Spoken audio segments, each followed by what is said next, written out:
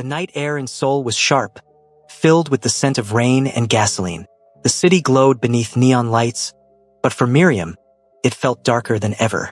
She had just closed the little cafe Ha-jun bought her, wiping the counter with slow, tired hands. The day had been busy. Customers loved her coffee and charm, but her heart was uneasy.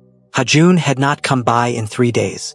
No late-night calls, no teasing messages, no silent glances that made her heart race. It was unusual for him, and she didn't want to admit that she missed his chaos. "Amma, can we wait for Uncle Ha-jun tonight?" Little Nari asked, holding a small pink cup of milk. Miriam smiled softly. "He's busy, baby. Maybe tomorrow." But her words cracked slightly. Busy? Or avoiding her? She didn't know. She sat down beside Nari, holding her close, staring at the rainy glass door. Her thoughts spiraled. The way Ha-jun had been changing lately, gentle, protective, calmer, was confusing. She knew his world was dangerous, filled with blood and lies. And yet, he treated her like she was something fragile. When he smiled at her, it was as if all her struggles disappeared. That same night, in another part of the city, Ha-jun stood inside his office, a private room above his nightclub. Cigarette smoke curled through the air, his knuckles bruised and jaw tense. His men had just brought in bad news. "Boss," one of them said quietly, "the Kim Syndicate, they're back. Their leader returned from Japan." Ha-jun froze. "Who?" "Han Min-soo." The name was a blade through his chest. He'd heard it before years ago in the underground rings where deals were made in whispers. But now it had a different weight. Min-soo, the man who'd once been involved with a woman named Miriam. The man who had abandoned her and vanished after making her pregnant. Ha-jun's hand clenched. "So he's back," he muttered darkly. "And he's my rival now?" His lieutenant nodded. "He's taking over half of Gangnam. He's already talking about peace treaties and alliances, but we both know that man doesn't do peace." Ha-jun dropped his cigarette and crushed it under his boot.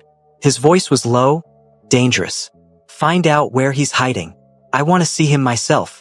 He didn't say it out loud, but his heart was pounding for another reason. If this was Miriam's Min-soo, he knew their paths were about to collide in the worst way possible. 2 days later, the rain finally stopped. Miriam had just stepped out of a supermarket, holding bags of groceries. She walked with Nari down a narrow street, humming softly, when a black car slowed beside them. Her chest tightened, the tinted window rolled down, and there he was, Min-soo, the man who had destroyed her heart. Her breath caught as his voice came through, smooth and familiar. "Miriam." She froze. For a second, the world felt silent. Her fingers trembled around Nari's hand. "Appa," Nari whispered innocently. Miriam's throat burned. "No, baby. Keep walking." But Min-soo stepped out of the car, wearing a fine suit, his smile polished and fake. "You've changed, but I'd recognize those eyes anywhere," he said softly. She turned around slowly, glaring at him. "And I'd recognize that lying mouth anywhere."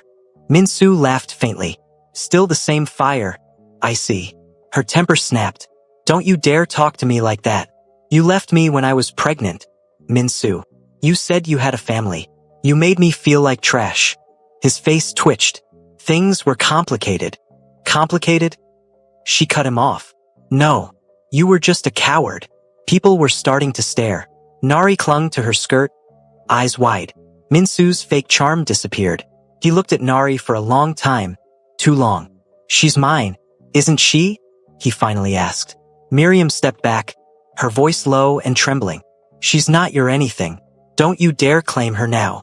He smiled sadly, the kind that made her want to slap him. "You can't erase blood, Miriam. One day she'll want to know." "Maybe," she hissed. "But not from you." She walked away quickly, heart pounding, refusing to look back. But Min-soo watched her go, his jaw tightening. "She's my weakness and my weapon." The next night, Miriam couldn't sleep. The memory of Min-soo's face haunted her. The way he looked at Nari, the arrogance in his eyes. It made her stomach twist. Around midnight, she stepped out onto her balcony for air. Rain had started again, light and steady. She looked down and froze. Ha-jun was leaning against his black car across the street, watching her silently under the rain. Their eyes met. He didn't move, didn't speak. Just gave a faint nod as if saying, "I'm here." Something inside her broke. Years of fear, anger, loneliness. Tears spilled silently as she whispered, "Why do you care this much?" He couldn't hear her, but somehow, she felt his answer in the way he stood there. Because for once, someone finally saw her pain and didn't walk away. By morning, Hajun received a message that made his blood run cold. It was from Minsu. "We have unfinished business, old friend. Meet me tonight at the docks. Bring the woman if you're not afraid." Hajun crushed the phone in his hand. He wants to play games? Fine. He turned to his men. "Double the guards on Miriam and Nari. If anything happens to them, I'll burn this city to the ground." Meanwhile, Miriam sat inside her cafe, unaware of the storm about to explode around her. She hummed softly as Nari played beside her, trying to pretend that life was normal. But deep down, she could feel it, the tension in the air, the shadow following her again. Little did she know, that night would mark the beginning of a war between two men, one who had broken her heart, and one who was ready to destroy the world to protect it. The wind was wild that night. The moon hid behind heavy clouds, and the Han River shimmered under cold, broken light. Everything about Seoul felt tense, waiting, like something terrible was about to happen. Miriam sat by the window of her tiny apartment, staring into the darkness. Nari was fast asleep in bed, her little chest rising and falling peacefully. Miriam should have been resting too, but sleep was impossible. Minsu's face haunted her. The sound of his voice, the way he looked at their daughter. It replayed in her mind like a broken record. And then there was Hajun. His stormy eyes, his silent protection, his confusing tenderness. Two men, one past, one present, both dangerous in different ways. Her phone buzzed suddenly. A message. Unknown number. "You still owe me answers, Miriam. Meet me tonight at the docks. I just want to talk." Her heart pounded. She didn't need to ask who it was. She knew that number, that tone, that poison. She typed furiously, "Leave me alone. I have nothing to say to you." Almost immediately, another reply came. "You owe it to our daughter." Her throat tightened. Rage, guilt, confusion. They all crashed together inside her. Maybe she did need closure. Maybe if she saw him one last time, she could end this nightmare forever. She stood up, grabbed her coat, and glanced at Nari. "I'll be back soon, baby," she whispered. "Just a quick walk." She didn't realize that as she stepped into the street, a black car parked 2 blocks away turned its headlights on. Inside sat Hajun, watching her every move. Hajun had been outside for hours. He knew something was wrong. The air felt heavy, her energy off. He'd stationed men nearby, but when he saw her leave the apartment alone, panic slammed through him. "Follow her," he ordered through the radio. "Don't let her out of sight." He started the car and tailed her at a distance. The rain had started again, light but cold. It made the city streets glisten like glass. Miriam's hood covered her face as she walked quickly, hands buried in her pockets. She boarded a bus heading toward the river. Hajun followed in silence, his grip tight on the wheel. "Why are you doing this, Miriam?" he muttered under his breath. "Why tonight?" The docks were quiet, too quiet. Cargo containers stood like giant shadows. The air smelled of rust and salt. A ship's horn wailed faintly in the distance. Miriam stepped onto the cracked pavement, her heart thudding hard. She saw him almost immediately, Minsu, leaning against his black car under a broken streetlight. His smile was gentle, too gentle, and that made her angrier. "Miriam," he said softly. "You came. Don't flatter yourself," she spat. "I came to tell you to stay away from me and my daughter." He sighed, taking a slow step forward. "You've changed. Stronger. More beautiful."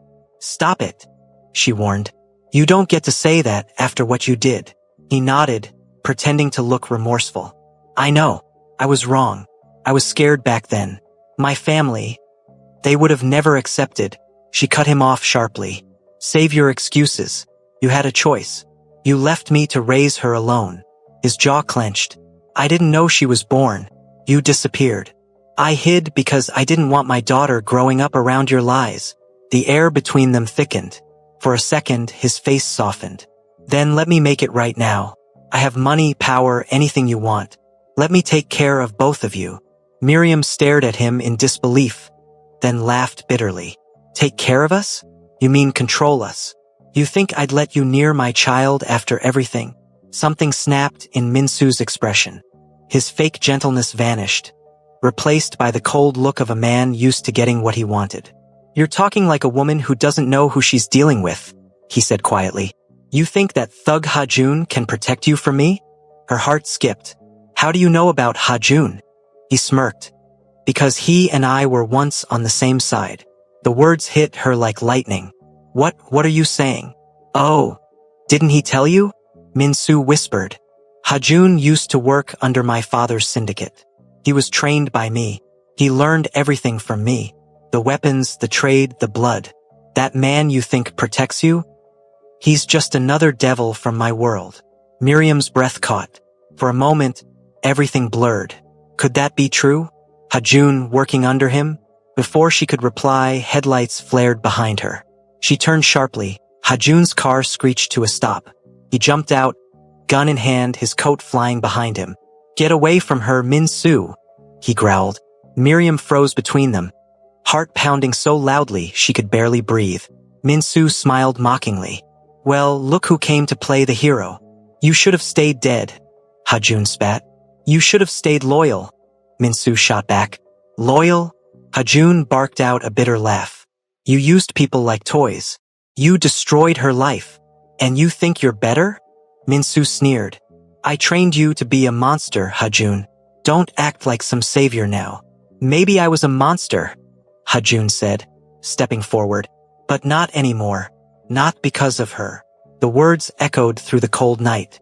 Miriam felt tears burn her eyes. Minsu's smirk faded. So, you're in love with her? Ha-jun didn't hesitate. Yes, and if you touch her or her daughter again, I'll bury you where you stand. Silence. Only the sound of the river and the hum of tension so sharp it could cut air. Then Minsu laughed. A low, dangerous laugh. You really think love will save you from me? You're just another fool, Ha-jun. He signaled with 2 fingers. From the shadows, armed men appeared, circling them. Miriam gasped. Ha-jun instantly pulled her behind him. Stay down, he whispered. The night erupted in chaos. Gunfire, shouting, the crash of metal. Ha-jun's men stormed in from the opposite side, returning fire. Miriam ducked behind a container, clutching her head, trembling. The sound of bullets echoed like thunder. She heard Ha-jun shouting orders, his voice rough and fierce. Then silence. Her body shook. She peered out cautiously. Smoke filled the air, and bodies lay scattered across the dock. Ha-jun stood, chest heaving, a graze of blood on his arm. Minsu was gone. He turned toward her, voice hoarse. Are you hurt? She shook her head, but tears rolled down her cheeks. Why didn't you tell me? He froze. Tell you what? That you worked for him, she shouted. That you were part of that same world. Ha-jun looked away, guilt flickering across his face. Because I didn't want you to see me as one of them. I left that life behind the day I met you. But you lied to me, she whispered. You said you were different. I am different, he said softly. Because of you. She stepped back, confusion swirling inside her. Her trust in him was cracking, piece by piece. Ha-jun, I can't do this, she murmured. I can't raise my daughter in blood and danger again. He reached for her hand, desperate. I swear to you, I'll end this. I'll make sure Minsu never touches you again. She pulled her hand away. You can't fight your past forever. He stared at her, pain in his eyes. Then I'll die trying. The next morning, Seoul woke to news of a mysterious shootout near the river. Police surrounded the area, but no one had answers.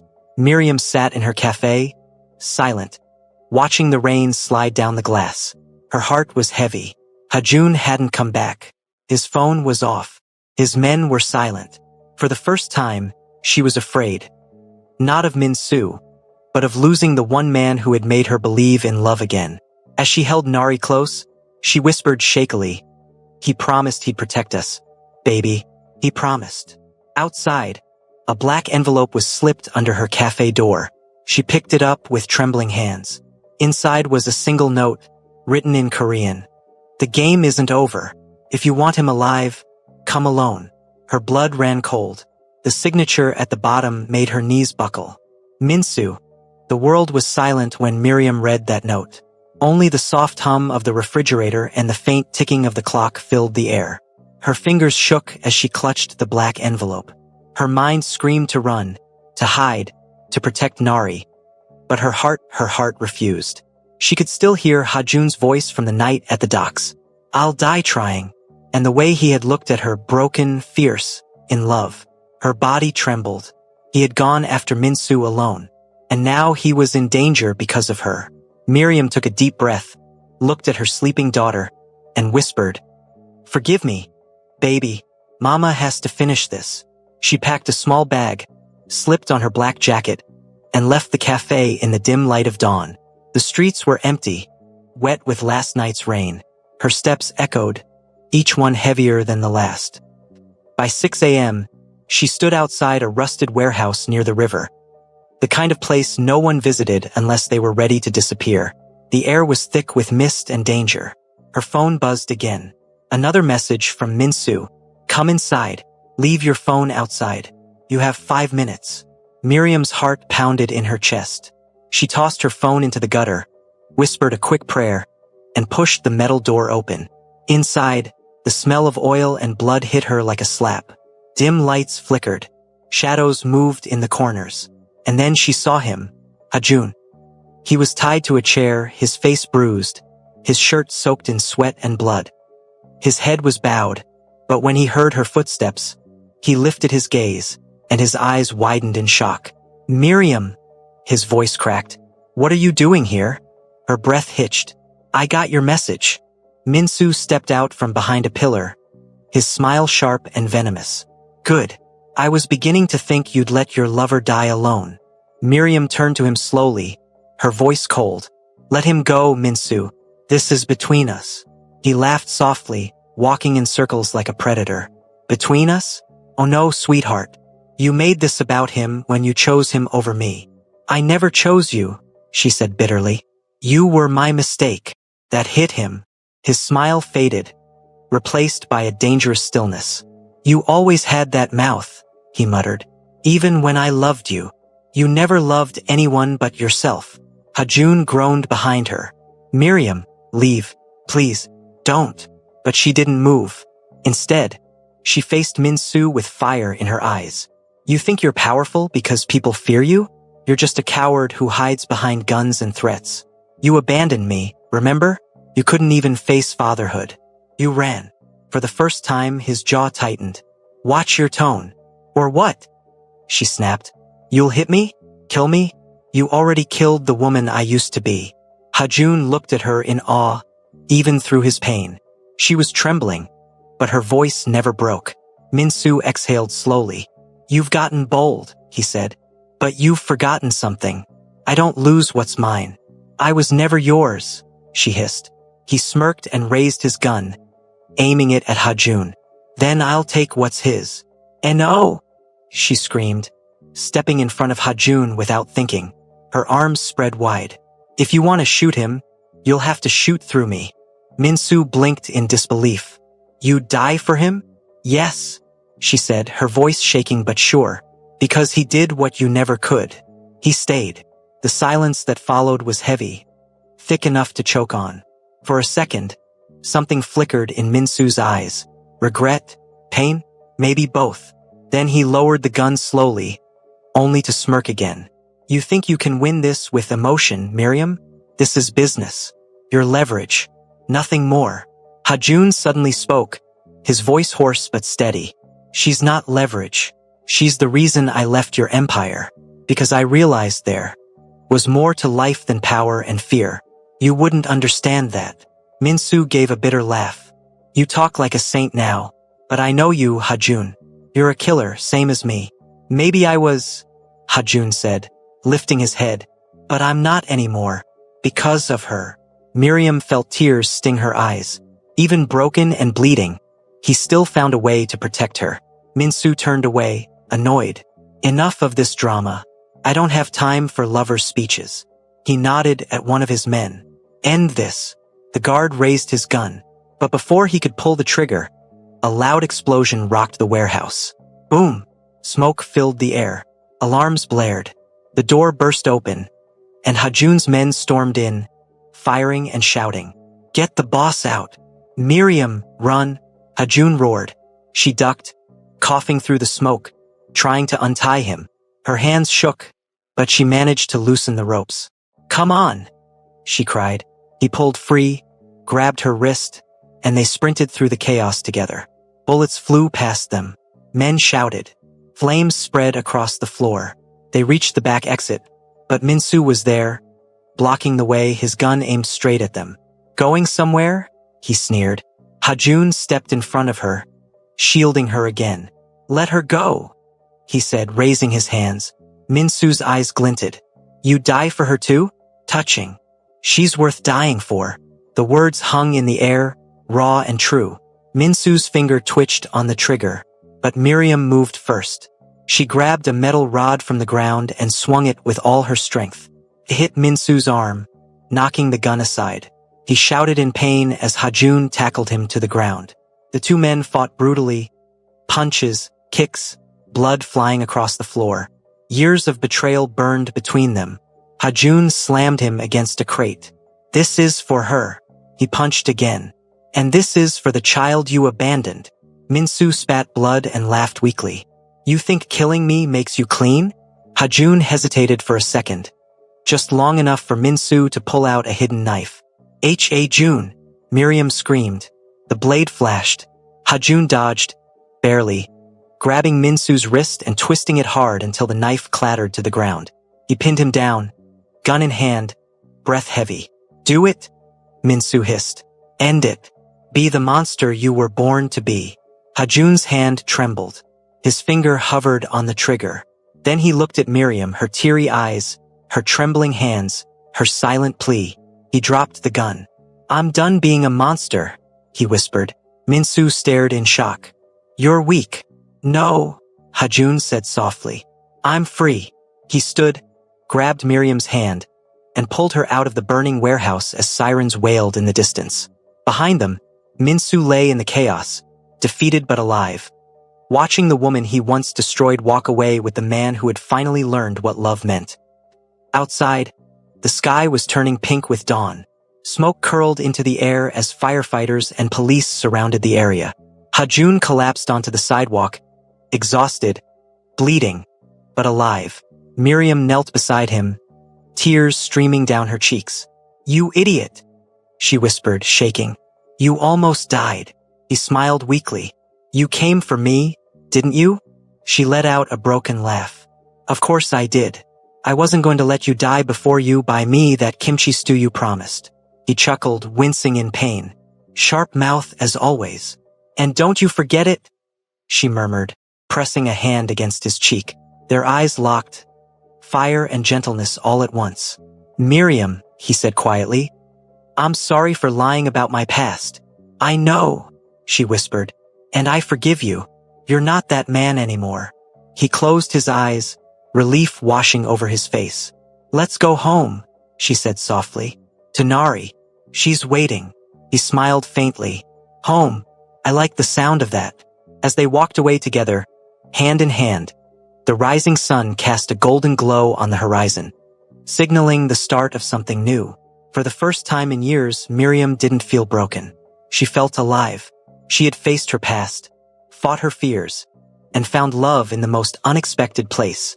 Not with a man who promised perfection, but with one who had been shattered, just like her, and still chose to heal. The sun crawled through the torn curtains like a thief, spilling pale gold light across the small room. Miriam stirred first. Her eyelashes fluttered, her head heavy, her heart heavier. Her body ached, not just from exhaustion, but from the storm that had passed through her life. The night before was war, and then there was him, Hajun, the man she swore to hate, the tattooed devil who once terrified her, had risked everything to save her and her child. Now, in the morning light, he sat by the window shirtless, his back covered in bruises and soot. He was staring out into the street, cigarette between his fingers but unlit. His mind was far away, trapped between guilt and longing. Miriam watched him quietly. The lines on his back told a story of violence, but the way he held his shoulders, tense yet tired, spoke of something deeper. She cleared her throat softly. You didn't have to help. Hajun didn't look back. Silence filled the room. Only the faint sound of Nari breathing from the corner bed reminded them that the world was still kind enough to give them one more day. Miriam finally sat up, wrapping the blanket around her. What happened to your club? He turned then, slow, tired, but still dangerous in that way only he could be. Gone. Sumin burned it. My men, half of them are gone too. She blinked. You're saying you lost everything because of me? Hajun met her eyes, and for a second, there was no mafia boss. No tattoos, no secrets. Just a man who had made a choice. I didn't lose it because of you, Miriam. I lost it protecting what I couldn't afford to lose again. Her lips parted, but no words came out. He leaned back, exhaling sharply. I've done a lot of things I'm not proud of. But last night, he paused, swallowing hard. Last night, I felt something I didn't think I could feel again, fear. Not for me. For you. Miriam felt a sting in her chest. This was the same man who she once chased, who walked around with arrogance and danger. Now he sounded broken. You're a confusing man, Hajun, she whispered. He gave a faint smirk. You're not exactly simple yourself, beautiful. That name again, beautiful. It rolled off his tongue like a confession. Miriam turned away, pretending to fix the blanket, but her heart was drumming fast. Then came Nari's small voice, sleepy and soft. Mommy, are we safe? Miriam immediately turned, gathering her daughter in her arms. Yes, baby, we're safe. I promise. Hajun stood, grabbed his jacket, and quietly slipped something into Nari's hand. A little silver necklace with a moon pendant. For protection, he said. Nari's face lit up. Thank you, Mr. June. He smiled gently, the kind of smile Miriam had never seen on him before. Calm, genuine, almost fatherly. But behind that smile was guilt, a shadow he couldn't escape. Weeks later, Miriam opened a small coffee shop by the river, Nari's place. Hajun sat outside every morning, arm bandaged, smiling quietly as he watched her serve customers. People whispered that the Ruthless Mafia had gone soft. Maybe he had. But in that little cafe, surrounded by laughter, the smell of coffee, and the woman who tamed his chaos, Hajun finally found peace. And Miriam? She found what she thought she'd lost forever. A home, a heart, and a love that survived the flames. Hello besties, in this sweet story we learned that no matter how much life abandons you, strength, resilience and self-worth can turn pain into power. True love and loyalty reveal themselves in unexpected places, while those who betray will face their own karma.